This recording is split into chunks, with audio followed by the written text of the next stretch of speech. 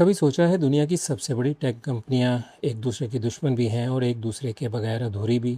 Apple, Samsung और Google बाहर से देखो तो लगता है जैसे हर साल एक दूसरे को ख़त्म करने मैदान में उतरते हैं।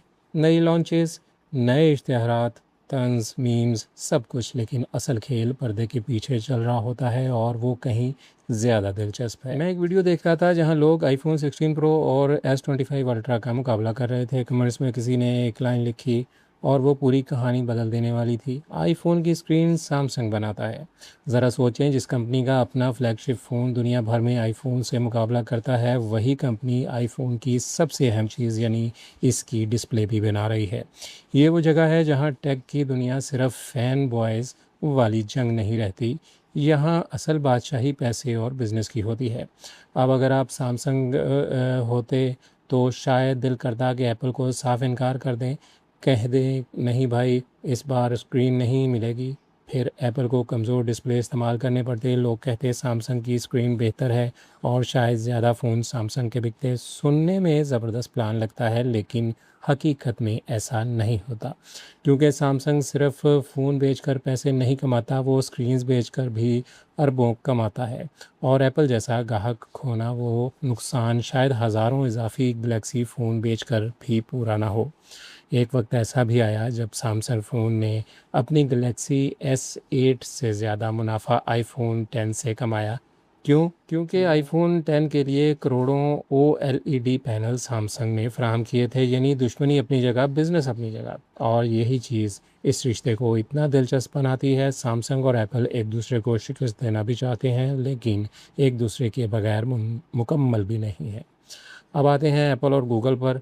ये पार्टनरशिप तो और भी पावरफुल है। आप रोज़ आईफोन पर सफारी खोलते हैं, कुछ सर्च करते हैं और सीधा गूगल खुल जाता है।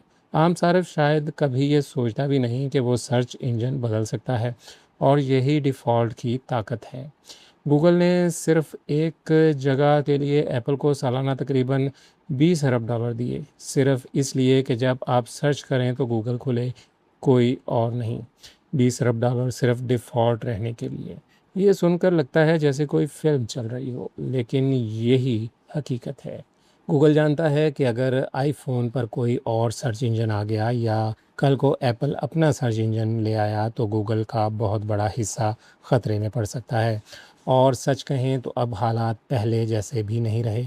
लोग अब सिर्फ गूगल पर इंहिसार नहीं करते। चैट जीपीटी, जेमिनी और एआई टूल्स ने सर्च का पूरा अंदाज बदलना शुरू कर दिया है। अब लोग लिंक्स नहीं, सीधे जवाब चाहते हैं। शायद इसीलिए ये पार्टनरशिप अब पहले से ज़्यादा हसास हो चुकी है।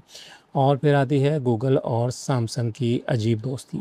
गूगल के अपने पिक्सल फ़ोन्स मौजूद हैं, लेकिन हैरत तब होती है जब गूगल अपने बड़े इवेंट्स में नए एंड्रॉयड फीचर्स सैमसंग फ़ोन पर दिखाता है। यानी अपनी ही प्रोडक्ट के बजाय सैमसंग को स्टेज दे देता है। पहली बार देखो तो अजीब लगता है, लेकिन वजह बहुत सीधी है।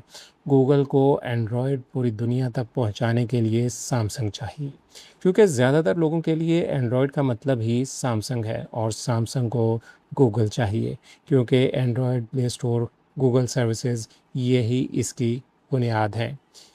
इसीलिए कई नए फीचर्स पहले सैमसंग फ़ोन्स पर आते हैं। सर्कल टू सर्च हो या जेमिनी इंटीग्रेशन, दोनों कंपनियां एक दूसरे को आगे बढ़ा रही हैं। और हाँ, यहाँ भी पैसा खामोशी से अपना काम कर रहा होता है।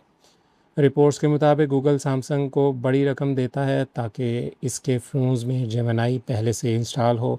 यानी पूरी कहानी का खुलासा सिर्फ एक लाइन में है। टेक की दुनिया में मुकाबला ज़रूर होता है, मगर असल ताकत इन खुफिया रिश्तों में होती है जो आवाम को नज़र नहीं आते। एप्पल, सैमसंग और गूगल एक दूसरे के सबसे बड़े हरीफ भी हैं और सबसे अहम पार्टनर्स भी। ये कंपनियां एक दूसरे के बगैर शायद इतनी ताकतवर नहीं होती जितनी आज हैं। और शायद यही टेक इंडस्ट्री की सबसे दिलचस्प हकीकत है।